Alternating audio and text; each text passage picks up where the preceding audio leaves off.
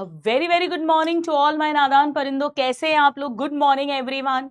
अगर audio video clear है तो प्लीज जल्दी से मुझे यस या थम्स अप दे दीजिए। फिर आज का जबरदस्त वेरी इंपॉर्टेंट सेशन हम स्टार्ट करेंगे, जहां पर हम कंप्लीट बायोलॉजी की पूरी एनसीईआरटी 11 प्लस 12 के सारे इंपॉर्टेंट साइंटिस्ट और सारी इंपॉर्टेंट डेट्स को एक साथ एक जगह पर पढ़ लेंगे। क्या आप लोगों को मेरी आवाज एकदम ठीक से आ रही है? कि आपको ऑडियो वीडियो क्लियर है मेरे प्यारे प्यारे नादान परिंदों? क्या बात है।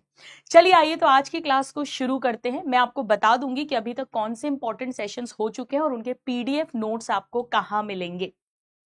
बट हमारी कोई भी क्लास बिना आशीर्वाद के नहीं शुरू होती है। तो चलिए आइए, सबके चेहरे पे स्माइल, आंखों में चमक, दिल में फुल पॉजिटिविटी, उस स्टेथोस्कोप के नाम, अपने ड्रीम मेडिकल कॉलेज के नाम आशीर्वाद लेते हैं बायोलॉजी माता का, बायोलॉजी मैया का। बोलो बायोलॉजी मैया की जय हो। तो आज का सेशन स्टार्ट करने के पहले मैं आपको बता दूं कि जो यकीन वाईटी चैनल है उस पर हमने PYQ session zoology, PYQ session botany and examples with tips and tricks all ये ले लिया है। जिसने नहीं किया हो और रिवाइज करना हो यहां से कर लेना। 1.5 1.6 की स्पीड पे लगा के फटाफट कर लेना। पीवाईक्यू भी क्वेश्चन आया, पॉज करा, खुद को आता है तो बढ़िया फॉरवर्ड कर दिया, वरना प्ले करके चेक कर लिया। इनके जो नोट्स हैं, इस चैनल के जो भी नोट्स होंगे वो आपको बेटा टेलीग्राम का एक चैनल है यकीन, टेलीग्राम पर यकीन चैनल जो है उस पर मिल जाएगा। ठीक है। नाउ इसी तरीके से CW कंपटीशन वाला जिस पर आज की क्लास चल रही है, कल हमने इस पर सारे डायग्राम्स एंड टेबल्स लिए थे, एनसीईआरटी कंप्लीट बायोलॉजी के ऑल। और आज हम ले रहे हैं इस पे साइंटिस्ट एंड डेट्स। यही वो चीजें हैं, कॉन्सेप्ट्स तो हमें याद रहते ही हैं, पर ये चीजें हैं जहां पर हम गड़बड़ कर देते हैं। तो मैं सब कुछ आपके लिए एक साथ ले रही हूं। ये इसके जो नोट्स हैं वो आपको नीट वाला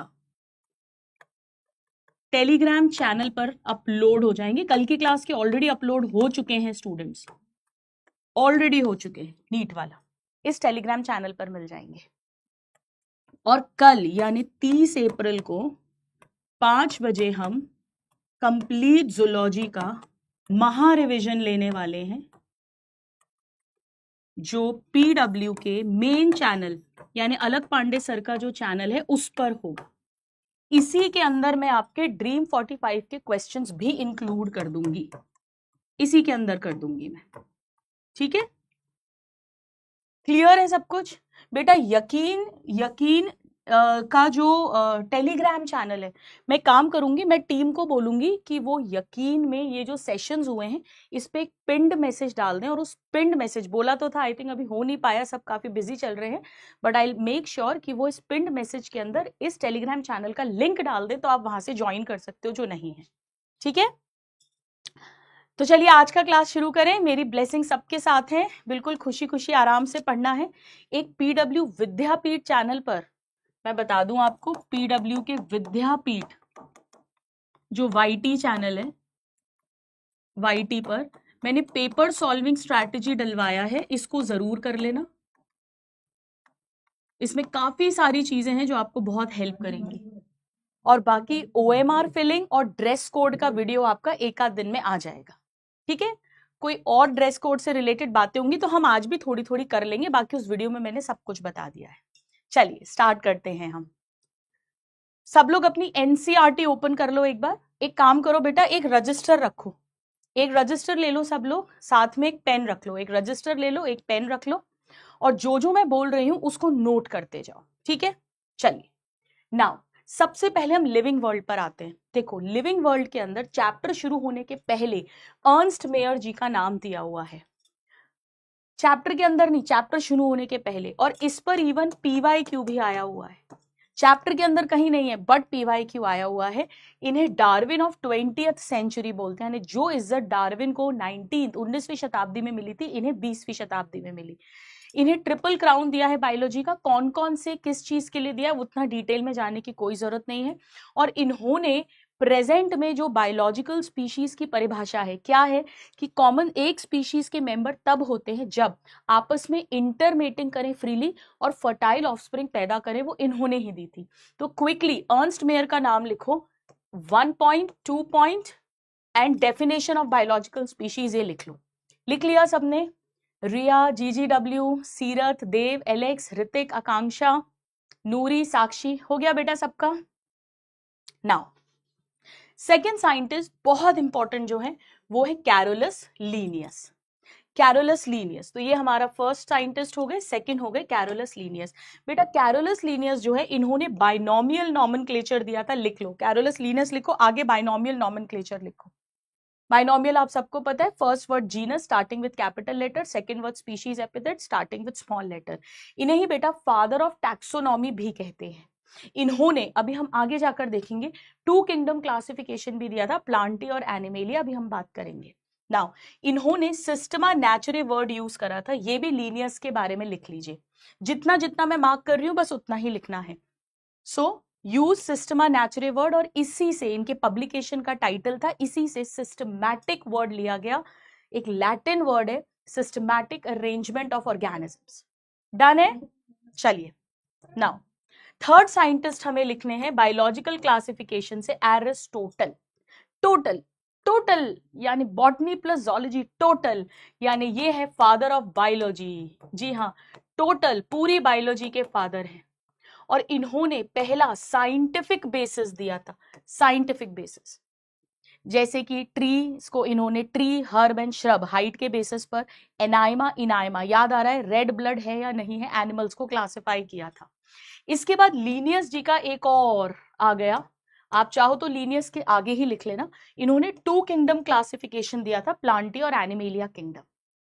एनसीईआरटी वाले ही ले रहे हैं हम। 3 किंगडम अर्नस्ट हेकल ने दिया था, 4 किंगडम कोपलैंड ने दिया था, बट एनसीईआरटी में नहीं दिया। फिर दिया है सीधे विटिकर। नाउ ये बहुत इंपॉर्टेंट है यार। सो विटिकर जी जो है बेटा, देखो 1 लिखा, 9 लिखा, 9 का उल्टा कर दो 6 हो गया, 6 को फिर सीधा कर दो 9 हो गया। 5 किंगडम क्लासिफिकेशन। नोट करते जाओ सब। इसका पीडीएफ पुष्पा बेटा मैंने अभी अभी बता दिया, टेलीग्राम का नीट वाला चैनल है, उस पर मिल जाएगा।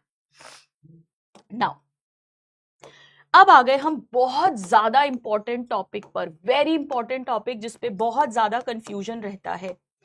पहले एनसीईआरटी में दिया था शुरू में, लास्ट टू लास्ट टाइम, कि पास्चर ने वायरस वर्ड दिया है, फिर बाद में वो चेंज होके इवानोविस्की लग रहा था जो लैंग्वेज लिखी थी, बट अब एनसीईआरटी ने क्लियर कर दिया है कि बीजरनिक ने वर्ड दिया है वायरस। समझो, सबसे पहले दिमित्री इवानोविस्की, ऐसा याद रखो, मित्र के साथ विस्की पीना है, मित्र के साथ विस्की पीना है। ईयर लिखो बेटा, इंपॉर्टेंट है 1892। इन्होंने इतना पता किया था कि जो टोबैको मोजाइक डिजीज होती है उसका जो कॉजेटिव एजेंट है, पहले साइंटिस्ट ये मानते थे कि वो बैक्टीरिया है, पर इन्होंने बताया था कि वो स्मॉलर देन बैक्टीरिया है, क्योंकि वो बैक्टीरिया प्रूफ फिल्टर से पास कर जाता है। पूरा पूरा मत लिखो, आप केवल साइंटिस्ट का नेम और डेट लिख लो, और अगर कुछ इंपॉर्टेंट है तो लिखो, वरना ये थ्योरी में ऑलरेडी अपने को आता है। इसके बाद जो साइंटिस्ट आए हैं बीजरनिक, 6 साल बाद, 6 years लेटर 1898। बेटा इन्होंने एक इन्फेक्टेड टोबैको का इनफिल्ट्रेट एक हेल्दी टोबैको में डाला और उसे बीमारी हो गई, तो इन्होंने कहा था कंटेजियम वाइवम फ्लूइडम, यानी इन्फेक्शियस फ्लूइड है ये, और इन्होंने ही कहा था कि ये न्यू ऑर्गेनिज्म जो है उसे वायरस टर्म देंगे, ही कॉल्ड। तो ये इंपॉर्टेंट पॉइंट है, कहीं से कहीं तक कोई कंफ्यूजन नहीं होना चाहिए। बाद में स्टैनली साइंटिस्ट जो आए हैं 1935, उन्होंने इसके क्रिस्टल्स बनाए थे, और क्रिस्टल्स में मेनली प्रोटीन होता है, क्रिस्टल्स आर मेनली प्रोटीन। यहां तक सबको क्लियर है? जल्दी से एक यस या थम्स अप दे दीजिए मुझे। नाउ 9th नंबर पर आएंगे डीनर, टीओडीनर 1971। इन्होंने वायरॉइड्स की खोज की थी, जिसमें फ्री नेकेड आरएनए होता है, no protein coat, low molecular weight का होता है, पोटैटो ट्यूबल स्पिंडर डिजीज करता है। कितने लोगों को ये सब याद आ रहा है? जरा एक बार यस या थम्स अप भेज दीजिए मुझे ना। प्लांट किंगडम के अंदर हमें जो याद करना है, फिर से आ गए हमारे लीनियस जी। देखो कैरोलस लीनियस कितनी जगह आ रहे हैं बेटा। एरिस्टोटल ने भी प्लांट्स को हर्ब, श्रब और ट्रीज यानी एक मॉर्फोलॉजिकल कैरेक्टर हाइट के बेसिस पर क्लासिफाई किया था। लीनियस जी ने एंड्रोइशियम के स्ट्रक्चर के बेसिस पर क्लासिफिकेशन दिया था। ये भी बेटा आर्टिफिशियल सिस्टम ही था। तो एरिस्टोटल जी का भी आर्टिफिशियल सिस्टम है, लीनियस का भी आर्टिफिशियल सिस्टम है। वो वेजिटेटिव कैरेक्टर था, ये फ्लोरल कैरेक्टर है, फूल का कैरेक्टर है। ये इंपॉर्टेंट है। नाउ इसके बाद नेचुरल सिस्टम, जहां पर हम और ज्यादा कैरेक्टर्स को कंसिडर करेंगे, इसमें आपको बेंथम एंड हुकर जी का नाम आना चाहिए। This was given by Bentham and Hooker. Now animal kingdom में थैंक गॉड कोई साइंटिस्ट नहीं है, मॉर्फोलॉजी में कोई साइंटिस्ट नहीं है, एनाटॉमी में कोई साइंटिस्ट नहीं है, स्ट्रक्चरल ऑर्गेनाइजेशन में कोई साइंटिस्ट नहीं है। अब बड़ा ध्यान से सुनिएगा, ये एक साइंटिस्ट का नाम लिखा हुआ है। इन्होंने एनाटॉमी ऑफ सीड प्लांट्स करके एक बुक लिखी थी और इन्हें वेबस्टर ऑफ प्लांट बायोलॉजी कहते हैं। ये चैप्टर के अंदर नहीं दिया, चैप्टर के पहले जो दिया होता है, जैसे अर्नस्ट मेयर जी का नाम दिया हुआ है, डार्विन ऑफ 20th सेंचुरी, ये सब पहले है। तो मैं आपको टोटल एनसीईआरटी बता रही हूँ, इसके बाद कुछ नहीं करना है आपको। Anatomy of seed plants. Now ये देखो, रामचंद्रन जी का नाम भी चैप्टर के स्टार्टिंग में दिया हुआ है, अलग से जो सेपरेट पेज होता है। और बेटा इस पर पीवाईक्यू आया है, यानी इन साइंटिस्ट पर पीवाईक्यू आ जाते हैं। ज्यादा नहीं करना, बस इतना समझ लो, रामचंद्र जी ने एक रामचंद्रन प्लॉट दिया था और इसके थ्रू हम स्ट्रक्चर ऑफ प्रोटीन पता करते हैं, स्ट्रक्चर ऑफ प्रोटीन। तो ये पीवाईक्यू आया हुआ है, रामचंद्रन प्लॉट करके पूछा था कि वो क्या करता है। 4 ऑप्शन थे, स्ट्रक्चर ऑफ प्रोटीन उसका आंसर था। ठीक है, कितने लोग हैं जो यहां तक लिख रहे हैं या मार्क कर रहे हैं, मस्त हो गए हैं? योगीराज, शाकिर, भरत, सीरत, Phoenix, everybody done till here? Okay, so numbering कर दे अपन एक बार, रुको। ये थे 11, ये हो गए 12, ये हो गए 13, नाउ 14। अब यहाँ बहुत बड़ा चेंज आ गया है स्टूडेंट्स। श्लीडन जर्मनी के हैं, बोटानिस्ट हैं, 1838, और श्वान को भी अब जर्मन कर दिया है। ये इंपॉर्टेंट चेंज है एनसीईआरटी का, सब लोग ध्यान रखना। ये न्यू एनसीईआरटी लेटेस्ट जो अभी 1 महीने के अंदर आई है, उसमें चेंज आ गया है। दोनों ही अब जर्मन है। ये जूलॉजिस्ट हैं, थियोडोर श्वान, 1839। सो इन्होंने कहा था कि जितने भी पेड़ हैं उनकी bodies are composed of cell and their products. इन्होंने एनिमल्स में वही बात कही थी, and that cell wall is a unique character of plant cell. दोनों ने मिलकर सेल थ्योरी दी थी। चलिए, नाउ इनके बाद नेक्स्ट साइंटिस्ट जो हैं, श्वान के बारे में तो ये हो ही गया है, ये हो गए रुडोल्फ वर्चॉव। सो दोनों ने मिलकर सेल थ्योरी दी थी। लेकिन अभी तक ये नहीं पता था न्यू सेल कैसे आता है। 1855 ईयर इंपॉर्टेंट है। इन्होंने कहा था कि new cell arise from pre existing cell, यानी कि ओमनिस सेल्यूला ई सेल्यूला, और बाद में इस स्टेटमेंट को सेल थ्योरी के अंदर रखा था। तो इन्होंने ही ऐसा कहेंगे मॉडिफाई कर दिया था जो श्लीडन और श्वान की सेल थ्योरी थी। डन है ना। 17 ग्राम जी का नाम आएगा। ग्राम, इन्होंने gram positive, gram negative, gram staining के बेसिस पर 2 टाइप्स के बैक्टीरिया होते हैं, ये हमें बताया था। Now 18 fluid mosaic model, Singer and Nicolson, ये हो गए हमारे next scientist. 1972 fluid mosaic model of plasma membrane. यहां पर एक साइंटिस्ट का नाम रह गया है, एंटन वॉन ल्यूवेनहुक। एनसीईआरटी में दिया हुआ है स्टूडेंट्स। इन्होंने पहला लिविंग सेल खोजा था। डेड सेल रॉबर्ट हुक ने देखा था, बट वो एनसीईआरटी में नहीं है।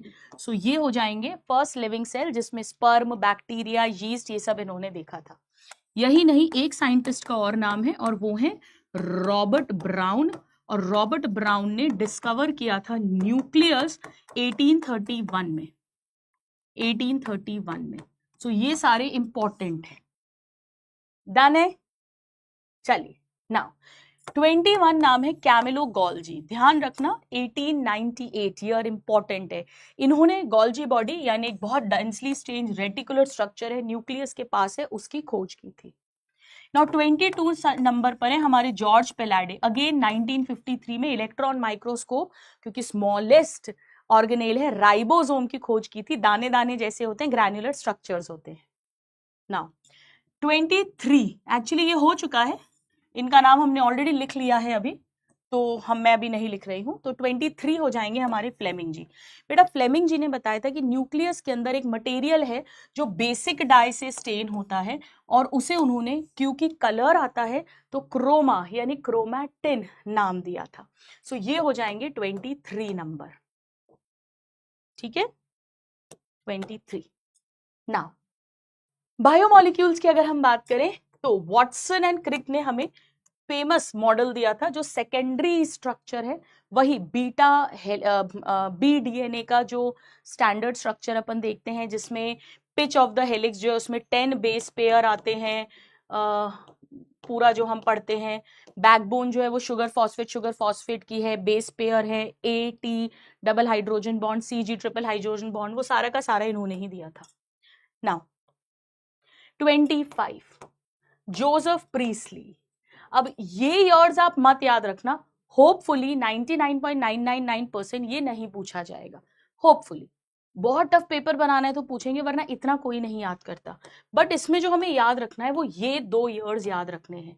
इन्होंने 4 साल बाद ऑक्सीजन की खोज की थी, और 1770 में इन्होंने वो बेल जार एक्सपेरिमेंट किया था, जहां इन्होंने इंपॉर्टेंस ऑफ एयर बताई थी, क्योंकि मिंट प्लांट में फोटोसिंथेसिस हुआ, ऑक्सीजन रिलीज हुई, उस ऑक्सीजन को चूहे ने और कैंडल ने यूज करा, and they remain alive and kept burning. सबको यहां तक याद है? चलिए, सो 25। Now 26 Jain engine house. याद है, मैं आपको ऐसे याद कराती हूँ कि जनवरी में बहुत ठंड होती है तो इन्होंने इंजन के अंदर अपना घर बना लिया। ये भी याद करने की जरूरत नहीं है, इन्होंने सनलाइट इंपॉर्टेंट होती है ये बताया था, और ग्रीन पार्ट्स में ही फोटोसिंथेसिस होता है। इन्होंने याद है पानी वाला पेड़ लिया था हाइड्रिला, जब सनलाइट होती है तो बबल्स दिखे थे ग्रीन पार्ट्स के अराउंड, वो बबल्स बेसिकली ऑक्सीजन के हैं, यानी फोटोसिंथेसिस सनलाइट में होता है और ग्रीन पार्ट्स में होता है। नाउ 27 है जूलियस वॉन सैक्स। ये ईयर इंपॉर्टेंट है। सैक याद है मैं कैसे याद कराती थी? सैक मतलब थैला, तो थैले में लाए हैं शुगर, तो एस से शुगर यानी ग्लूकोज बनती है, स्टार्च के फॉर्म में स्टोर होती है, एस से स्टार्च, और स्पेशल बॉडीज में मिलती है, स्पेशल बॉडीज जिन्हें बाद में क्लोरोप्लास्ट कहा गया। तो एस से सैक, एस से शुगर, एस से स्टार्च के रूप में स्टोर्ड होना, और एस से special bodies called chloroplast. Students, वो जो एग्जाम्पल वाला और डायग्राम्स वाला सेशन है, उसमें एक तरह से मैंने पूरी बायो के इंपॉर्टेंट पॉइंट्स रिवाइज भी करा दिए, पूरी थ्योरी। आपको बहुत कॉन्फिडेंस आ जाएगा जब आप उन 2 सेशंस को भी देख लेंगे। चलिए, now 28 angel man. Now he is also very important scientist. इतना भले ही मत याद रखना, इन्होंने क्लैडोफोरा ग्रीन एल्गी लिया था, हमें पता है, एरोबिक बैक्टीरिया का सस्पेंशन बनाया था, प्रिज्म के थ्रू लाइट भेजी थी, और उन्हें पता चला था कि सबसे ज्यादा जो फोटोसिंथेसिस है वो ब्लू और रेड पार्ट में होता है, क्योंकि वहीं पर उसी लाइट वाले एरिया में फोटोसिंथेसिस मैक्सिमम होगा, तो ऑक्सीजन रिलीज मैक्सिमम होगा, उस ऑक्सीजन को यूज करके बैक्टीरिया की ग्रोथ मैक्सिमम होगी। सो इन्होंने हमें यही बात बताई थी, blue and red light first action spectrum इन्होंने ही दिया था। नाउ कॉर्नेलियस वॉन नील, ये भले ही मत याद रखना, इन्होंने हमें क्या बताया था कि जो ऑक्सीजन है इट कम्स फ्रॉम वाटर। इन्होंने क्या किया था? इन्होंने काम किया था बेटा purple and green sulphur bacteria पर, और ये बैक्टीरिया वाटर ब्रेक नहीं करते, तो ऑक्सीजन रिलीज नहीं होता, ये H2S ब्रेक करते हैं, उससे हाइड्रोजन लेते हैं, तो ये सल्फर या सल्फेट रिलीज करते हैं। अगर ऑक्सीजन CO2 से आती तो यहां भी ऑक्सीजन रिलीज होती। तो मैं कैसे याद कराती हूँ? नील मतलब नीला, और नीला होता है पानी, पानी भी नीला, तो ऑक्सीजन पानी से आती है, ये इन्होंने हमें बताया था। चलिए, नाउ 30 केमियोस्मोटिक हाइपोथेसिस। वो जो पूरा डायग्राम बना हुआ है, CF0 CF1, ल्यूमन से स्ट्रोमा की तरफ प्रोटॉन्स आएंगे तब ATP बनेगी, पीटर मिस्चेल ने हमें दी थी। Now 31 Melvin Calvin. Calvin ji ने सबसे पहले बताया था कि जो पहला प्रोडक्ट बनता है CO2 आएगी, वो RuBP के साथ जुड़ेगी, ये 5 कार्बन है, ये 1 कार्बन है, पानी भी ऐड होता है। फर्स्ट स्टेप है, पहला कार्बोक्सिलेशन है, तो 2 मॉलिक्यूल्स बनते हैं 3 कार्बन ऑर्गेनिक एसिड के, यानी 3 PGA के 2 मॉलिक्यूल्स बनते हैं। ये इन्होंने बताया था रेडियो एक्टिव C14 को यूज करके एल्गी के अंदर। C4 पाथवे हैचन स्लैक जी ने दिया था, तो हैचन स्लैक। और ब्लैकमैन है नेक्स्ट साइंटिस्ट। ब्लैकमैन जीन में ये और इंपॉर्टेंट है, लॉ ऑफ लिमिटिंग फैक्टर दिया था, यानी अगर कोई भी process is controlled by more than one factors, तो जो सबसे मिनिमल होता है लिमिटिंग, उसको इंक्रीज करोगे तो रेट इंक्रीज हो जाएगी। और ये मैं हमेशा कैसे सिखाती हूँ आपको कि लाइफ में अगर 10 चीजें हैं, पढ़ाई में सब कुछ बढ़िया चल रहा है, पर एक सब्जेक्ट एक टॉपिक गड़बड़ है, मार्क्स कम आ रहे हैं उसके कारण, उसको इंप्रूव कर दोगे, मार्क्स इंप्रूव हो जाएंगे।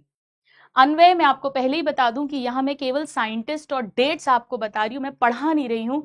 तो अगर आपको समझ नहीं आ रहा है, इसका मतलब शायद बेटा अपन ने पूरे साल पढ़ा नहीं है, कहीं कुछ गड़बड़ हो रही है।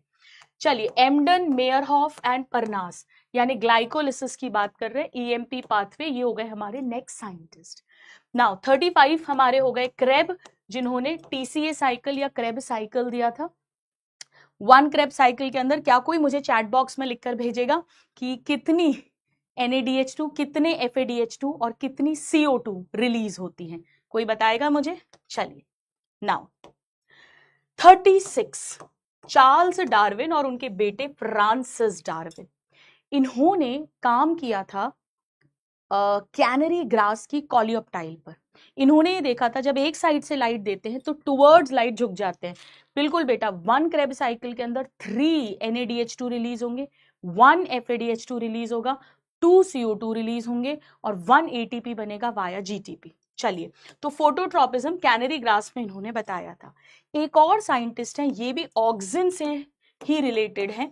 इन्होंने ऑक्सिन को tips of coleoptile of oat seedling से आइसोलेट किया था। ये दोनों ही साइंटिस्ट ऑक्सिन से रिलेटेड है।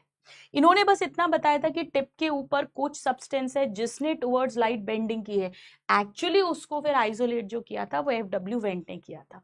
और ऑक्सिन ह्यूमन यूरिन से भी आइसोलेट किया गया है। नाउ 38 जो है वो है ई कुरोसावा जी। ई कुरोसावा 1926, जिब्रेलिक एसिड की डिस्कवरी में इनका रोल जाता है। एक बैकने डिजीज होती है जिब्रेला फ्यूजीकोराई से, इन्होंने एक हेल्दी राइस प्लांट में इस फंजाई का इन्फिल्ट्रेट डाला, उसे भी बीमारी हो गई, ये इन्होंने बताया था। सो ये जिब्रेलिक एसिड से रिलेटेड है ई कुरोसावा जी। अब साइटोकाइनिन के अंदर बहुत सारे साइंटिस्ट आते हैं। तो पहले साइंटिस्ट आते हैं F स्कूग, ये तंबाकू पे काम कर रहे थे, उसकी स्टेम के इंटरनोड रीजन पर कैलस बनाने की कोशिश कर रहे थे। इन्होंने देखा कैलस तब बनेगा जब ऑक्सिन तो डालोगे बट उसके साथ साथ वन ऑफ द फॉलोइंग डालना पड़ेगा, या तो वस्कुलर टिश्यू या यीस्ट एक्सट्रैक्ट या कोकोनट मिल्क या DNA। बेसिकली इन सब के अंदर DNA यानी इन सब के अंदर एडिनाइन, ग्वेनाइन यानी प्यूरीन्स हैं, और प्यूरीन का ही डेरिवेटिव होते हैं साइटोकाइनिन्स जो सेल डिवीजन करवाते हैं। नाउ इसी साइटोकाइनिन से रिलेटेड है मिलर जीन। बेटा मिलर जो है, स्कूग ने तो वो कैलस बना दिया था, लेकिन मिलर ने बाद में 1955 में साइटोकाइनेसिस प्रमोटिंग एक्टिव सब्सटेंस यानी एक तरह का साइटोकाइनिन आइडेंटिफाई और उसके क्रिस्टल्स भी बनाए थे जिसे काइनेटिन कहते हैं। अगर आपको याद हो, इसे N6 परफ्यूरिल अमीनोप्यूरिन कहते हैं, जो हेरिंग फिश के स्पर्म के DNA से मिला था। याद है? कितने लोगों को याद आ रहा है? जरा यस या थम्स अप भेज दो। वॉइस शायद थोड़ी सी स्लो आ रही होगी, आज कुछ स्टूडियो में इंपॉर्टेंट वर्क चल रहा है तो थोड़ी सी दबी हुई आवाज है, बट क्या आप लोग मैनेज कर पा रहे हैं? क्या आपको आ रही है वॉइस? बेटा एक बार यस या थम्स अप भेज दीजिए। नाउ इसके बाद नेक्स्ट साइंटिस्ट जो है वो एक्चुअली कोई साइंटिस्ट का नाम नहीं है, मिड 1960s डेट है। यहां पर 3 इंडिपेंडेंट रिसर्चर्स थे, तीनों ने अलग अलग नाम दिया, बाद में पता चला तीनों ही जिसकी बात कर रहे हैं एक ही है, उसे एब्सिसिक एसिड टर्म दिया गया। और last but not the least H cousins, इन्होंने 1910 में क्या बताया था कि पके हुए ऑरेंजेस हैं, कच्चे केले हैं, साथ रखने पर केले जल्दी पक जाते हैं, यानी इन्होंने वॉलेटाइल हार्मोन इथिलीन की डिस्कवरी की थी। मस्त। चलो नाउ अब बेटा सुनो ध्यान से, ह्यूमन फिजियोलॉजी की स्टार्टिंग में, हालांकि अब न्यूरल सिस्टम से आई और ईयर यानी सेंस ऑर्गन्स डिलीट हो चुके हैं, लेकिन अभी भी एक साइंटिस्ट का नाम दिया हुआ है, एल्फांसो कोटाए। कोटाई, ऑर्गन ऑफ कोटाई, अगर जूनियर क्लासेस में भी सुना, कान, ईयर पर इन्होंने बहुत काम किया है, यानी मैमल्स के ऑडिटरी सिस्टम पर, प्लस इन्होंने रेप्टाइल्स का कार्डियोवास्कुलर सिस्टम पर भी बहुत वर्क करा है। क्योंकि एनसीईआरटी में दिया है, अर्नस्ट मेयर पे पहले क्वेश्चन आ चुका है, हमें पता है रामचंद्रन प्लॉट पे क्वेश्चन आ चुका है, तो बिल्कुल यहाँ पर भी क्वेश्चन आ सकता है। सो ये हो गए हमारे साइंटिस्ट नंबर 43। ना बहुत खुशी की बात है कि breathing, body fluids, excretory, locomotion में कोई और दूसरे साइंटिस्ट नहीं है। ना 44 निसल साइंटिस्ट, जी हाँ, इनके नाम पर निसल ग्रैन्यूल्स रखे गए हैं। निसल्स ग्रैन्यूल्स जो है ये सेल की बॉडी और डेंड्राइट्स पर मिलते हैं बेटा, जो सेल बॉडी है यानी साइटोन, न्यूरॉन के अंदर एंड डेंड्राइट्स पर। और बेसिकली ये होते क्या है, ये आरएनए प्लस राइबोसोम के पीसेस होते हैं। यानी इनका काम क्या होता है, ये प्रीवियस ईयर क्वेश्चन है, पूछा गया है कि इनका काम क्या होगा, वही जो राइबोसोम का होता है, यानी प्रोटीन सिंथेसिस। तो ये जरूर याद होना चाहिए हमें, ये सारी बातें हम निसल ग्रैन्यूल्स के बारे में लिख रहे हैं। इसके बाद जो नेक्स्ट साइंटिस्ट आते हैं वो है रैनवियर, जी हाँ, जिनके नाम पर नोड ऑफ रैनवियर है। एक बात ध्यान रखना, चाहे माइलिनेटेड हो चाहे अनमाइलिनेटेड हो, दोनों के ही अंदर श्वान सेल प्रेजेंट होता है, लेकिन माइलिनेटेड में वो माइलिन शीथ फॉर्म करता है, और भैया है पानी, थैंक यू, रखा है, और अनमाइलिनेटेड में फॉर्म नहीं करता है, पर होता दोनों के अंदर है। तो वो जो माइलिन, ये श्वान सेल है, सपोज करो ये माइलिन शीथ बनी, तो ये पॉइंट जहां पर माइलिन शीथ नहीं है, यहीं पर एक्सचेंज होता है, जंपिंग कंडक्शन होता है। चलिए, सो 45 हो गए। नाउ 46 नंबर एडिसन साइंटिस्ट है। बेटा एडिसन डिजीज का मतलब है कि ग्लूकोकॉर्टिकॉइड प्लस मिनरलोकॉर्टिकॉइड्स, यानी दोनों की, दोनों हार्मोन्स की डेफिशिएंसी हो जाना, कमी हो जाना, हाइपो, यानी ब्लड में ग्लूकोज भी कम होगी और मिनरलोकॉर्टिकॉइड कम है तो सोडियम का रीएब्जॉर्प्शन भी कम होगा, वाटर का रीएब्जॉर्प्शन भी कम होगा, ब्लड का वॉल्यूम डिक्रीज होगा, प्रेशर डिक्रीज होगा। मैं इसे कैसे याद कराती हूँ, मेरे सब बच्चे जानते ही हैं कि ऐड मतलब ये दोनों को ऐड कर दो, ग्लूको प्लस मिनरल, और सन बेटा छोटा होता है, यानी ये हाइपो है, हाइपर नहीं। स्टूडेंट्स, एग्जाम्पल्स और डायग्राम्स के बड़े बड़े सेशन ले चुकी हूँ, वहां मैंने सारी थ्योरी ऑलरेडी एक बार कवर कर दी है, बाकी महा रिविजन में कल हम सब कर ही लेंगे, आज सिर्फ इस पर बात कर रहे हैं। चलिए 46 के बाद में अब हम आ जाते हैं 47 पर। 11th क्लास कंप्लीट हो चुका है, हम आ गए हैं 12th पे। बेटा बहुत ध्यान से सुनिएगा, इनका नाम भी चैप्टर के स्टार्टिंग में दिया हुआ है, पंचानन महेश्वरी, पी महेश्वरी। इन्हें फादर ऑफ इंडियन एम्ब्रियोलॉजी कहते हैं, father of Indian embryology. Basically जो भी एम्ब्रियोलॉजी से रिलेटेड कुछ कुछ पॉइंट्स होते हैं, मुझे नहीं लगता इतना सब पूछेंगे कि ये कहाँ पढ़े, क्या करा, ये सब तो नहीं है, बस हाँ एम्ब्रियोलॉजी से रिलेटेड है, पी महेश्वरी, इंडियन एम्ब्रियोलॉजी, इतना हल्का सा आइडिया होना चाहिए। चलिए, नाउ ह्यूमन रिप्रोडक्शन में कोई साइंटिस्ट नहीं है। नाउ 48, ये आ गया ईयर 1951 में, फैमिली प्लानिंग प्रोग्राम, यानी आजादी के 4 साल बाद, आजादी के 4 साल बाद हमें याद रखना है। Now this is very important कि पहली बार इंडियन गवर्नमेंट ने जो एमटीपी को लीगल किया था वो 1971 में किया था, विद सम रेस्ट्रिक्शंस, ताकि मिसयूज ना हो सेक्स डिटर्मिनेशन, फीमेल फीटिसाइड के लिए। और अब लेटेस्ट जो अमेंडमेंट किया गया है, जो हमारी एनसीईआरटी में याद है ना, वो लेफ्ट साइड में एक पूरा कॉलम दिया हुआ है, वो 2017 में अमेंडमेंट एक्ट किया गया है, और इसमें बस वही बताया हुआ है कि अगर माँ या बच्चे की जान को खतरा है तो एमटीपी की जा सकती है, मॉर्बिडिटी या मोर्टेलिटी का रिस्क है। क्या कोई चैट्स में बताएगा कि कितनी एमटीपीज होती हैं per year all over the world? Now अब हम आ गए प्रिंसिपल ऑफ इनहेरिटेंस में। यहाँ पे सबसे पहले साइंटिस्ट ऑफ कोर्स मेंडल जी आ जाएंगे, और मेंडल ने हाइब्रिडाइजेशन एक्सपेरिमेंट किया था, गार्डन पीस पे किया था, 7 साल के लिए किया था, ईयर्स तक इंपॉर्टेंट है। यस बेटा, 45 से लेके 50 मिलियन यानी 4.5 से 5 करोड़ एमटीपी होती है, जो टोटल प्रेगनेंसीज का 1/5 होता है। ये एनसीईआरटी की लाइन है, ये ईयर इंपॉर्टेंट है, आना चाहिए। और फिर उन्होंने लॉज बनाए थे, मेंडल ने जो फैक्टर्स कहे थे उन्हें ही आज हम जीन्स के नाम से जानते हैं। और मेंडल ने ही हमें टेस्ट क्रॉस भी दिया था। मेंडल ने ही law of dominance, law of segregation, law of independent assortment, ये तीनों मेंडल जी ने प्रपोज कर दिए थे। ठीक है, तो ये भी मेंडल जी का ही हो गया है। मेंडल का काम कब तक अनरिकॉग्नाइज्ड रहा था? इंपॉर्टेंट है, 1900 तक, 1900 तक अनरिकॉग्नाइज्ड रहा था। इसके बाद 3 साइंटिस्ट ने उसे रीडिस्कवर किया था। 3 साइंटिस्ट ने रीडिस्कवर किया था इंडिपेंडेंटली, अलग अलग। बहुत सिंपल है, ह्यूगो डिवरिस, वही जिन्होंने म्यूटेशंस की भी बात की थी, म्यूटेशन थ्योरी इवनिंग प्राइमरोज में।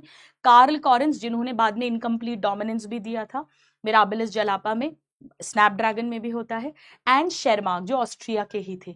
तो ये तीनों साइंटिस्ट के नाम हमें पता होने चाहिए, राइट? तो मैं इसे एक ही पॉइंट मान लेती हूं।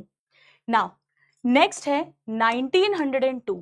बेटा 1900 में मेंडल का वर्क की रीडिस्कवरी हो गई थी और 1902 तक क्रोमोसोम का जो मूवमेंट है मियोसिस में, जैसे एनाफेज 1 में होमोलोगस क्रोमोसोम सेपरेट होते हैं, एनाफेज 2 में सिस्टर क्रोमैटिड सेपरेट होते हैं, ये सारा कुछ वर्कआउट हो गया था, क्योंकि अब स्टोरी बढ़ने वाली है क्रोमोसोमल थ्योरी ऑफ इनहेरिटेंस की तरफ।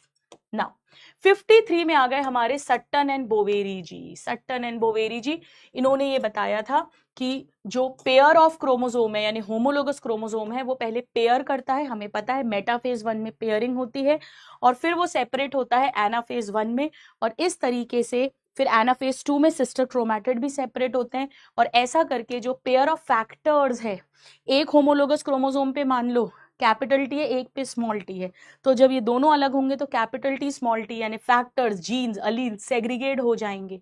तो इस तरह से सट्टन ने जो मेंडल का नॉलेज है और खुद का नॉलेज है उसे मिलाकर फिर क्रोमोसोमल थ्योरी ऑफ इनहेरिटेंस दिया था 1902 में। डन है। लेकिन इसका जो एक्सपेरिमेंटल वेरिफिकेशन दिया था वो दिया था हमें थॉमस हंट मॉर्गन ने, जिन्हें फादर ऑफ एक्सपेरिमेंटल जेनेटिक्स भी कहते हैं। फादर ऑफ जेनेटिक्स मेंडल हैं, but father of experimental genetics जिन्होंने ड्रोसोफिला मेलानोगास्टर फ्रूट फ्लाई पे बहुत काम किया था। ठीक है यहां तक? चल अब आगे बढ़े ना। 55 में मॉर्गन जी की ही हम बात कर लेते हैं। तो मॉर्गन जी जो हैं, इन्होंने फिजिकल एसोसिएशन यानी लिंकेज की भी डिस्कवरी की थी, और लिंकेज टर्म इन्होंने दिया था, रिकॉम्बिनेशन टर्म इन्होंने दिया था। बेटा लिंकेज का सिंपल सा मतलब है, अगर 2 जीन्स एक ही क्रोमोसोम पे पास पास हैं, जितना पास होंगे क्रॉसिंग ओवर कम होगी, यानी लिंकेज ज्यादा है, दोस्ती ज्यादा है, क्रॉसिंग ओवर कम है, तो पेरेंटल कॉम्बिनेशन ज्यादा बनेंगे, न्यू कॉम्बिनेंट्स यानी रिकॉम्बिनेंट्स कम बनेंगे। और अगर दूर दूर हैं, दोस्ती कम है, लिंकेज कम है, क्रॉसिंग ओवर मोर है, तो रिकॉम्बिनेंट्स मोर बनेंगे। तो ये लिंकेज टर्म, रिकॉम्बिनेशन टर्म, ये सब कुछ मॉर्गन जी ने ही डिस्क्राइब किया था। और फिर आते हैं इन्हीं के स्टूडेंट एल्फ्रेड स्टर्टीवान। उन्होंने इसी नॉलेज को यूज करके रिकॉम्बिनेशन फ्रीक्वेंसी के बेसिस पर डिस्टेंस बिटवीन जीन्स को मैप करना बताया था, यानी इन्होंने लिंकेज या जीन मैप्स हमें दिए थे कि कैसे करते हैं on the basis of recombination frequency. 1% recombinants अगर बन रहे हैं, यानी अगर 100 बच्चे पैदा हो रहे हैं, उसमें से 99 पेरेंट्स जैसे हैं, एक नया है, तो उसे 1 सेंटी मॉर्गन या 1 मैप यूनिट कहेंगे। ठीक है, चलिए नाउ नेक्स्ट आ गए इसी चैप्टर के अंदर हेनकिन साइंटिस्ट 1891।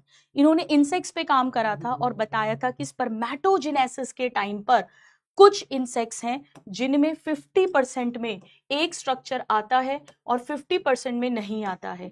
वो बेसिकली एक्स बॉडी इन्होंने कहा था, जिसे बाद में एक्स क्रोमोसोम कहा गया। तो एक्स क्रोमोसोम की खोज एक्चुअली हेनकिन नहीं करी थी 1891 में। ना इसके बाद नेक्स्ट साइंटिस्ट आते हैं हमारे लैंगडन डाउन 1866। इन्होंने डाउन्स डिजीज को डिस्क्राइब किया था। डाउन्स डिजीज हम जानते हैं 21st क्रोमोसोम की आनी चाहिए थी 2 कॉपी, पर आती है 3 कॉपी, यानी 21st क्रोमोसोम की ट्राइसोमी है। जरा चैट बॉक्स में बताइए कि ये मेल्स में होगा, फीमेल्स में होगा, या बोथ, किसी में भी हो सकता है। इसके अंदर स्मॉल राउंड फेस हो जाता है, फ्लैट बैक हो जाती है, ब्रॉड फ्लैट फेस हो जाता है, बिग फरो टंग हो जाती है, कंजेनाइटल हार्ट डिजीज हो गई, palmar crease, many loops on finger tips, ये सारा mental retardation, physical retardation, psychomotor development का डिले होना, ये सब होता है। बिल्कुल बेटा, 21 एक ऑटोजोम है, मेल फीमेल दोनों में ही होगी। बहुत बढ़िया, वेल डन, क्या बात है। चलिए नाउ 59 नेक्स्ट साइंटिस्ट आते हैं Friedrich Miescher, molecular basis of inheritance. इन्होंने 1869, बेटा ध्यान रखना, आर.एच. विटिकर 1969 5 किंगडम क्लासिफिकेशन दिया था। इन्होंने 1869 में बताया था कि न्यूक्लियस के अंदर एक एसिडिक सब्सटेंस है जिसे इन्होंने न्यूक्लिन कहा था, क्योंकि न्यूक्लियस के अंदर है। बाद में एक साइंटिस्ट हुए हैं, यहां नहीं दिया है, ऑल्टमैन, उन्होंने क्योंकि एसिडिक नेचर है उसे न्यूक्लिक एसिड कहा था। नाउ इसके बाद नेक्स्ट साइंटिस्ट जो हैं वो है वॉटसन एंड क्रिक। तो वॉटसन एंड क्रिक ने 1953 में हमें डबल हेलिक्स मॉडल दिया था, पूरा का पूरा जो डीएनए का डबल हेलिक्स मॉडल है, सेकेंडरी स्ट्रक्चर है।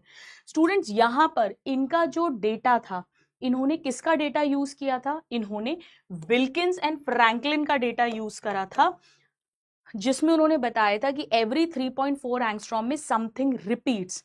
यही नहीं, चारगाव जी का भी डेटा यूज करा था इन्होंने। कहाँ गए? ये रहे चारगाव जी। जी हाँ, चारगाव जी ने हमें बताया था कि अगर डबल स्ट्रैंडेड डीएनए है तो जो एडेनाइन थाइमीन है, भाई सिंपल सी बात है, जितने एडेनाइन होंगे उतने थाइमीन होंगे, और जितने ग्वेनाइन होंगे उतने साइटोसिन होंगे, यानी जितने प्यूरिन्स होंगे उतने पिरामिडीन्स होंगे, या कहें purine upon pyrimidine is equal to 1 होगा।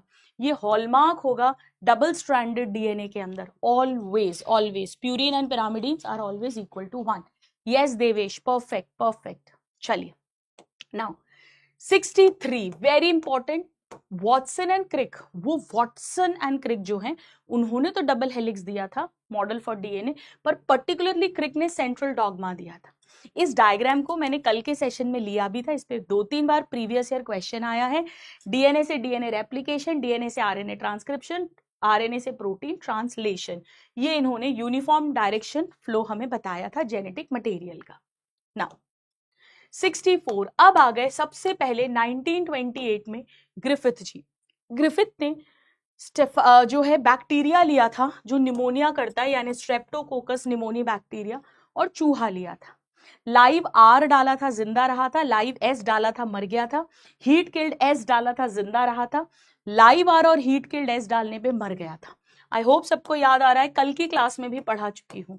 Now every MacLeod and McCarthy, इन्होंने अगले 11 साल तक काम किया ग्रिफिथ के एक्सपेरिमेंट पर, और इन्होंने प्रूव किया था कि वो केमिकल जिसने ट्रांसफॉर्मेशन किया था लाइव आर को लाइव एस में चेंज किया था, वो एक्चुअली डीएनए है, वो एक्चुअली डीएनए। पहले it was thought to be protein. याद आ रहा है? मैंने एक्सप्लेन भी किया था बेटा, एग्जाम्पल्स और डायग्राम्स का सेशन में डिटेल में ले चुकी हूँ 4-4 घंटे का। आप 1.6 1.7 की स्पीड पर उसको सुन लेना फटाफट फटाफट। जो नहीं आता है उस वहां थोड़ा सा रुक जाना, जो आता है उसको और स्किप करते जाना। बहुत हेल्प मिलेगी आखिरी के 4-5 दिन में रिविजन के लिए। सो यहाँ पर आपको पता ही है, डीएनए आरएनए प्रोटीन डाल के चेक किया था, तो डीएनए वाले में ट्रांसफॉर्मेशन हुआ था, और डीएनएज आरएनएज और प्रोटीएज डाला था, तो जहां डीएनएज डाला डीएनए टूट गया, वहां ट्रांसफॉर्मेशन नहीं होगा। जहां आरएनएज प्रोटीएज डाला डीएनए इंटैक्ट है, वहां ट्रांसफॉर्मेशन होगा। कितने स्टूडेंट्स को ये सब कुछ याद आ रहा है बताइए जरा। नाउ 66 आ गए हमारे Hershey and chase. Hershey and chase 1952 में इन्होंने बैक्टीरियोफाज लिया था, यानी ट्रांसडक्शन एक्सपेरिमेंट किया था, और बताया था that DNA is the genetic material. Again अगर आपको याद हो, रेडियो एक्टिव P32 S35 ये प्रोटीन में होती है, ये डीएनए में होता है। जहां पर ये यूज करी थी वहां पर बैक्टीरिया भी रेडियो एक्टिव बना था, क्योंकि यही बैक्टीरिया के अंदर घुसता है। जहां ये यूज की थी वहां बैक्टीरिया रेडियो एक्टिव नहीं बना था, क्योंकि ये बैक्टीरिया में नहीं घुसता है। नाउ 67 आ गए हमारे मेसल्सन एंड स्टाल। इन्होंने पहली बार semi conservative DNA replication E coli में बताया था 1958 में, और इसी साल टेलर एंड एटाल यानी उनकी टीम ने भी बताया था। बेटा इसी साल टेलर जी ने भी सेम ईयर बताया था यही सेमी कंजर्वेटिव ही बताया था, लेकिन उन्होंने यूकैरियोट्स में बताया था, यानी विसिया फाबा, जिसे फाबा बीन्स बोलते हैं, प्लांट है यूकैरियोट, बट सबसे पहले ई कोलाई में बताया था मेसल्सन एंड स्टाल ने। ना डायग्राम वाले में मैंने इसको एक्सप्लेन भी करा है, तो जिसको भी थोड़ा डाउट हो वो देख सकता है। अब इसके बाद आते हैं जॉर्ज गैमो जी, एक फिजिसिस्ट। इन्होंने बताया था कि कोडॉन ट्रिपलेट होता है, कोडॉन ट्रिपलेट है, यानी हर कोडॉन में 3 न्यूक्लियोटाइड्स है, क्योंकि 20 अमीनो एसिड्स बनाना है, इसीलिए 3-3 न्यूक्लियोटाइड का कॉम्बिनेशन होता है, जो उस समय एक बहुत बड़ी बात थी। इसके बाद आते हैं इसका experimental proof that codon is triplet. सबसे पहले हरगोबिंद खुराना जी, जिन्होंने कोपॉलीमर्स होमोपॉलीमर्स बनाए थे, आर्टिफिशियली सिंथेसाइज किया था आरएनए को, और आर्टिफिशियली विथ डिजायर्ड बेसिस, तो इन्होंने लैब में सिंथेसाइज किया था। ये सिंथेसाइज करने के लिए जो इन्हें cell free protein synthesising machinery system बना के दिया था, वो थे हमारे Marshall Nirenberg ji, next scientist हैं, cell free system for protein synthesis. और ये सब करने के लिए जो एंजाइम बना के दिया था वो सीवियर ओक्वा जी ने दिया था। सीवियर ओक्वा एंजाइम हमें आना चाहिए। नॉर्मली डीएनए से आरएनए बनता है, यानी टेम्पलेट पर डिपेंडेंट है, उसके कॉम्प्लीमेंट्री या कोडिंग स्ट्रैंड की कॉपी बनेगा, पर यहाँ पर टेम्पलेट इंडिपेंडेंट मैनर में बनेगा, हम अपनी मर्जी से आरएनए बनाएंगे। तो ये तीनों साइंटिस्ट इन्वॉल्व थे। Now 73 Jacob and Monod, Jacob and Monod, इन्होंने लैकोपेरॉन दिया था। जरा कोई चैट बॉक्स में बताएगा, जब लैकोपेरॉन स्विच ऑन है उस समय रिप्रेसर प्रोटीन किसके साथ जुड़ता है, और जब स्विच ऑफ है उस समय रिप्रेसर प्रोटीन किसके साथ जुड़ता है, बताइएगा। चलिए नाउ 74 आ गया हमारा ह्यूमन जीनोम प्रोजेक्ट। ये लॉन्च हुआ था 1990 में, 13 साल का प्रोजेक्ट था। US department of energy and NIH national institute of health.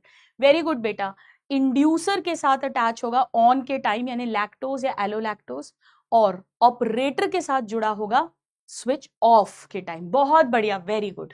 चलिए, वेलकम ट्रस्ट यूके ने ज्वाइन किया था, फिर उसके बाद जापान, चाइना, फ्रांस, जर्मनी, जो बड़े 4 देश हैं, और कंप्लीट हुआ था 2003 में। एक्चुअली एक क्रोमोसोम की सीक्वेंसिंग रह गई थी, जो मई 2005 में जाकर कंप्लीट हुई थी, 2006 में जाके, सॉरी, क्रोमोसोम 1, जिस पर मैक्सिमम जीन्स भी होते हैं। नाउ इसके बाद नेक्स्ट साइंटिस्ट जो आएंगे वो है फ्रेडरिक सैंगर। फ्रेडरिक सैंगर, बेटा फ्रेडरिक सैंगर ने जो डीएनए सीक्वेंसर्स बनाए थे ऑटोमेटेड, वो इन्हीं के कॉन्सेप्ट पर बेस बनाए थे। इन्होंने क्या किया था, इन्होंने तरीका बताया था कि प्रोटीन में अमीनो एसिड सीक्वेंस कैसे डिटरमाइन करते हैं, उसी बेसिस पर ऑटोमेटेड डीएनए सीक्वेंसर्स को बनाया गया था। नेक्स्ट साइंटिस्ट आए थे हमारे एलिक जेफरिस जी, जिन्होंने डीएनए फिंगरप्रिंटिंग की टेक्निक सबसे पहले डेवलप की थी। ठीक है, मजे आ रहे हैं स्टूडेंट्स? एग्जाम्पल्स वाला सेशन में यकीन चैनल पर ले चुकी हूँ with all the tips and tricks, और डायग्राम्स वाला सेशन इसी चैनल पर कल ही लिया था। इस चैनल के सारे नोट्स एनसीईआरटी वाला टेलीग्राम चैनल पर मिलेंगे, और यकीन चैनल के सारे नोट्स यकीन टेलीग्राम चैनल पर मिल जाएंगे।